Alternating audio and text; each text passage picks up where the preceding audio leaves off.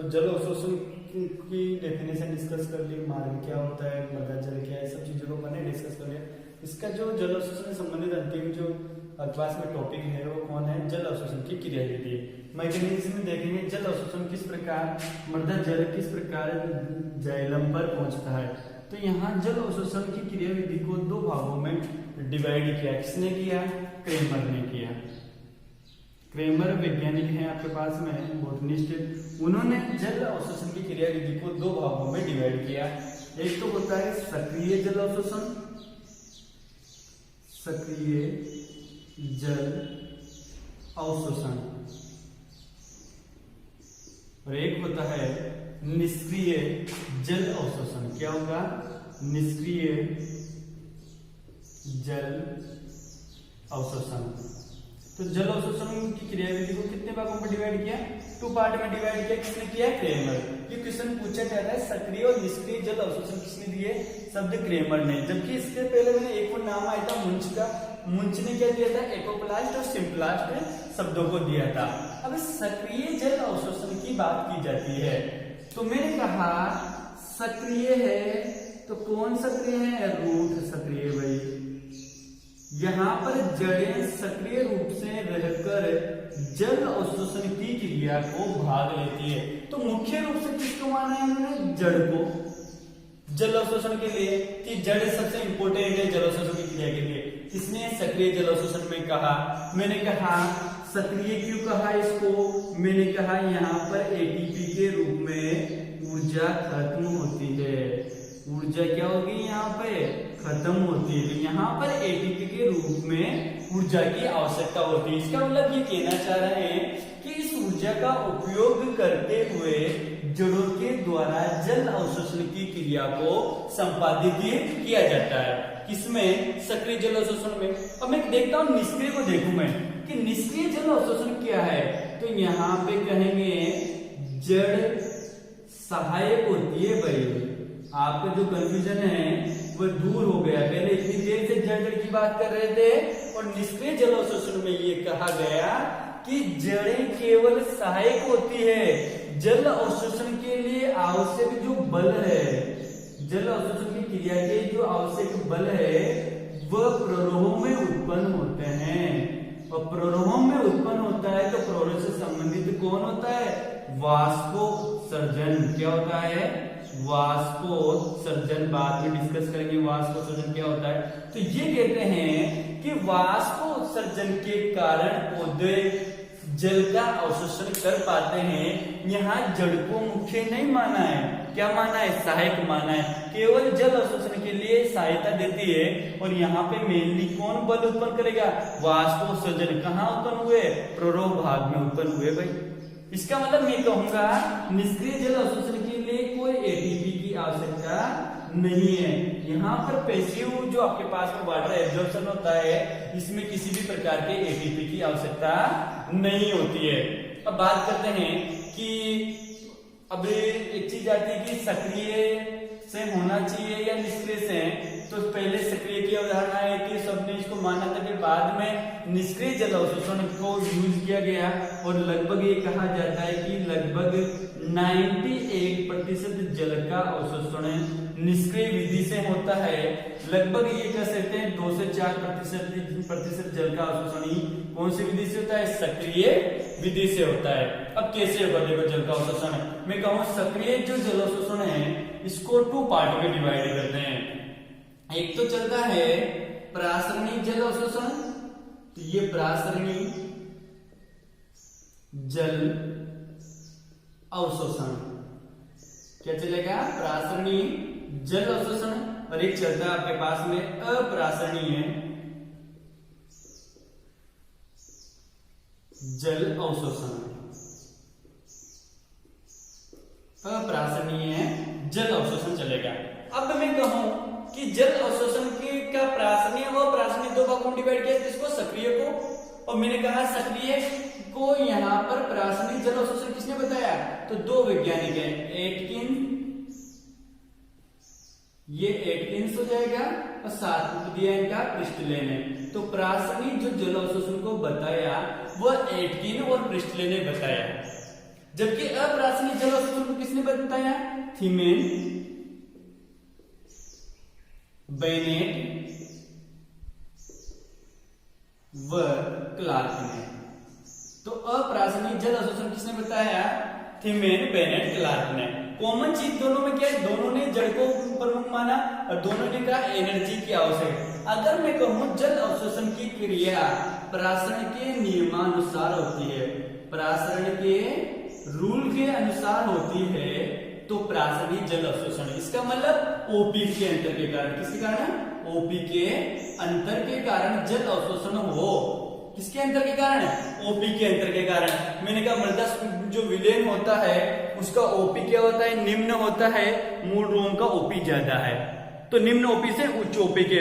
मूल रोम में जैसे आपके पास में जल आता है उसकी डीपीडी कम हो जाती है, पास वाली कोशिका की डीपीडी की अधिक ज्यादा। तो जल इस प्रकार इस ओपी के अंतर के कारण या डीपीडी के अंतर के कारण आपके पास में कहां पहुंचेगा?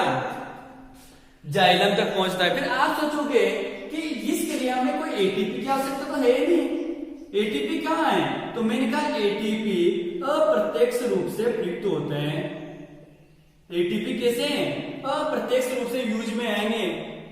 मैंने कहा यहाँ एटीपी डायरेक्ट यूज आते हैं, यहाँ अप्रत्यक्ष रूप से एटीपी प्रयोग में लिए जाते हैं। और एटीपी अप्रत्यक्ष रूप से प्रयोग में लिए जाते हैं, तो मैंने कहा एटीपी का यूज ओपी को बैलेंस करने में होता है। यहाँ पे ओपी को बैलेंस अर्थात प्रासरण सांद्रता बनाए रखने के लिए कोशिकाओं में एटीपी का उपयोग किया जाता है। इसका मतलब यहाँ ये होता है कि जो जड़ की सतही कोशिकाएं होती है, सतही कोशिकाएं होती है, उनमें आपके पास में प्रासरण सांद्रता कम होगी, जबकि आंतरिक जो सेल होती है, कौन सी? आंतरिक कोशिकाओं में प्रासरण सांद्रता क्या होती है? ज्यादा होती है। तो प्रासरणिक जल अवशोषण इजी है। आप कहेंगे कि इस प्रकार का जो जल अवशोषण होता है वो प्रासरण के नियमों से होता है, जैसा वहां पे मैंने कहा किसने बताया? एटकिन और प्रिस्टले ने बताया। फिर कहेंगे कि यहाँ पे जो एनर्जी होती है एटीपी के रूप में यूज होता है वो इनडायरेक्ट रूप से यूज की जाती है।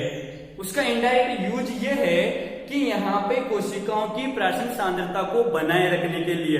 और प्रासरण सांद्रता को बनाए रखने कैसे? मैंने कहा सतही कोशिकाओं में प्रासरण सांद्रता कम होगी और आपके पास में जो अंदर की सेल है उसकी प्रासरण सांद्रता ज्यादा होती है। और ये अंदर की कोशिकाओं में प्रासरण सांद्रता क्यों ज्यादा है?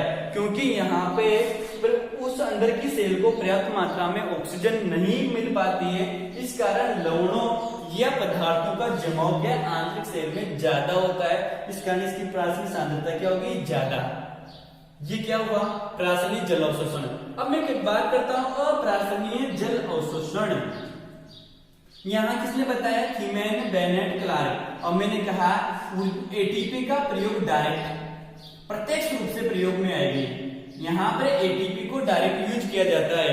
अरे भाई ये जो सिद्धांत चलता है ये किसके लिए चलता है? लवणोद्भिद के लिए, लवणोद्भिद पौधों के लिए चलता है। अप्रासरणीय जल अवशोषण का जो सिद्धांत दिया गया है किसको अकॉर्डिंग दिया गया है? लवणोद्भिद। अब लवणोद्भिद के पहले भी बात आया था कि मैंने कहा मृदा सॉल्यूशन का ओपी ज्यादा होता है। यहाँ पे मृदा जल का आपके पास में ओपी क्या है? ज्यादा होता है। अब मूल रोम का ओपी क्या है? कम है। तो जल तो अंदर आ नहीं सकता। तो यहाँ पर ये कहा गया है कि एटीपी का डायरेक्ट प्रयोग करके, किसका प्रयोग करके? एटीपी का प्रयोग करके इस प्रासरण सांद्रता के विपरीत जल को खींचा जाता है। ये क्या कहते हैं? ये थीमेन, बेनेट, क्लार्क है कि एटीपी का प्रयोग करेंगे और मूल रोम में प्रासरण सांद्रता के विपरीत, इसका मतलब जो जल का फ्लो नहीं होना चाहिए था उसके विपरीत जल को एटीपी का प्रयोग करके खींचा जाता है। और एटीपी कहां से आता है? शोषण क्रिया के दौरान आता है। तो ये कहते हैं कि जैसे ही शोषण आपके पास सक्रिय जल अवशोषण वाले ये मानते हैं कि शोषण क्रिया को अवरुद्ध कर दिया जाए तो जल अवशोषण की क्रिया में कमी आती है। इस कारण इन्होंने सक्रिय जल अवशोषण को बताया। तो दोनों में अंतर ये की है, यहाँ इनडायरेक्ट रूप से एटीपी का प्रयोग हुआ, यहाँ डायरेक्ट। ये छोटे पौधों के लिए सही हो सकता है, ये लवणोद्भिद पौधों के लिए सही हो सकता है। फिर भी जो बड़ा इश्यू था कि जो बड़े बड़े वृक्षों के लिए जल अवशोषण होता है वो इन दोनों से ही कंप्लीट नहीं हो पाता है। तो अब देखते हैं निष्क्रिय जल अवशोषण, इसमें कोई दिक्कत नहीं है ना। निष्क्रिय जल अवशोषण जो मैक्सिमम पार्ट जल का परिवहन करता है वो कौन सा है, पैसिव वाटर एब्जॉर्प्शन है। तो देखो कैसे होगा, ये कहेंगे कि जड़ तो सहायक है, अभी तीसरी बात चल रही थी ओनली जड़ की, पूरा डिपेंड अपन ने किसमें किया है, जड़ पे, वही भाग की बात नहीं की। ये क्या कहते हैं कि यहाँ पर प्ररो जो होता है उसमें वाष्प उत्सर्जन के कारण आवश्यक बल उत्पन्न हुए। अब बल क्या है, तनाव है, तनाव को मतलब खिंचाव, क्या है, खिंचाव, ये कहते हैं। अब देखो कैसे हैं, अगर मैं कहूं कि बाय द वे ये लीफ है, ये लीफ की मैं एपिडर्मिस बना देता हूं, यहां पे हल्का सा डायग्राम बना देते हैं। ये बाय द वे स्टोमेटा है, क्या है, स्टोमेटा है। मैं कहूंगा इसके पास में इसकी मेसोफिल सेल्स होगी, ठीक है, ये मेसोफिल सेल्स है। मैंने कहा वाष्पोत्सर्जन में क्या होता है, पौधे के वायु भागों से जल का बाहर निकलना, तो पौधे के वायु भागों से जल बाहर निकलेगा, तो ये जल यहां से आउट हुआ, H2O वाष्पोत्सर्जन के द्वारा बाहर निकला। अरे इस सेल में जल बाहर निकल गया है, तो क्या जल की कमी नहीं हुई क्या? इसका मतलब मैं कहूं ये लीफ है, ये जैसे ये लीफ है, तो लीफ से वाष्पोत्सर्जन हुआ, जल बाहर निकला, इसका मतलब जो रक्षक कोशिका या जल की लीफ की कोशिकाएं हैं उनमें जल की कमी हुई। द्वार कोशिकाओं में, द्वार कोशिकाओं जल की पूर्ति कहां से करेगी, कहां से करेगी, पास में मेसोफिल सेल से करेगी, तो यहां से जल क्यों आएगा। अब मैंने कहा मेसोफिल से कहा, सिराओं के माध्यम से, कहां से, जाइलम से जल की पूर्ति करेगा।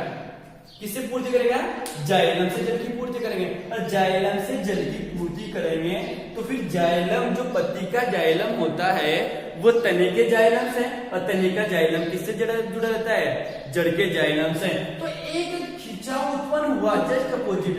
पहले क्या कहते हैं, धक्का मारता है जल, और कहां होता है, जड़ में, यहां करें जल को ऊपर खींचा जाता है, तो आप कहेंगे लीफ में जल की कमी, तो फिर उसके बाद में क्या होगी, स्टेम में जल की कमी होगी। तो यहाँ पे कहेंगे कि स्टेम में की जो वाहिकाएं या जो जाइलम तंतु होता है उसमें जल की कमी हो जाती है, और इस जल की कमी को पूरा करने के लिए ये जो जड़ की आपके पास में जो जाइलम होता है, ये बाइदर जड़ का जाइलम है, यहां से जल को खींचा जाता है एक खिंचाव बल के द्वारा, और यहाँ पे खिंचाव बल के द्वारा जाइलम को खींचा जाता है। तो फिर मैंने कहा ये जाइलम है, तो जाइलम के पास में आपके पास में एंडोडर्मिस पेरिसाइकिल होता है, और ये कोर्टेक्स, और फिर यहाँ से क्या आता है, मूल रोम के द्वारा जल को खींचा जाता है। अब पहले अपोजिट बोल रहे थे, अब क्या बोल रहे हैं, जस्ट अपोजिट इसका। देखो मैंने कहा यहाँ सबसे पहले लीफ में जल की कमी हुई, लीफ ने जल को कहां से, लीफ के जाइलम से लिया, लीफ के जाइलम में जल की कमी हुई, तो ये किससे लेगा, स्टेम से जल को लेगा, स्टेम के जाइलम में जल की कमी हुई, तो इसने क्या, रूट के जाइलम से लिया। जब रूट के जाइलम में जल की कमी होती है तो ये पास में क्या होता है, पेरिसाइकिल, पेरिसाइकिल से जल को लेगा। पेरिसाइकिल की कोशिकाओं में जल की कमी हुई तो किससे लेगा, मार्ग कोशिकाओं से लेगा, और मार्ग कोशिकाएं किससे लेगी, कोर्टेक्स से, और कोर्टेक्स किससे लेगा, एपिब्लेमा से जल को ग्रहण करती है। और एपिब्लेमा जो आपके पास में है किससे जल ग्रहण करेगी, मृदा से, मृदा मूल रोम से, और मूल रोम जल को कहां से लेगा, सोइल वाटर से। इस प्रकार ये सोइल वाटर एक नेगेटिव खिंचाव के कारण या वाष्प उत्सर्जन के कारण जल का अवशोषण करता है। और ये देखा भी गया है कि जैसे जैसे वाष्प उत्सर्जन की दर बढ़ती है वैसे वैसे जल का अवशोषण भी बढ़ता है। तो जो अभी वर्तमान में जो इसका फैक्ट्री मत चलता है वो कौन सा है, निष्क्रिय जल अवशोषण। मैक्सिमम पौधों में निष्क्रिय जल अवशोषण ही होता है। मूल दाब का के कारण जो रेशो माना गया है वो किसमें आता है, आपके पास में सक्रिय में। वो कुछ प्लांट के लिए सही हो सकता है परंतु मैक्सिमम प्लांट के लिए क्या है, निष्क्रिय जल अवशोषण। धन्यवाद।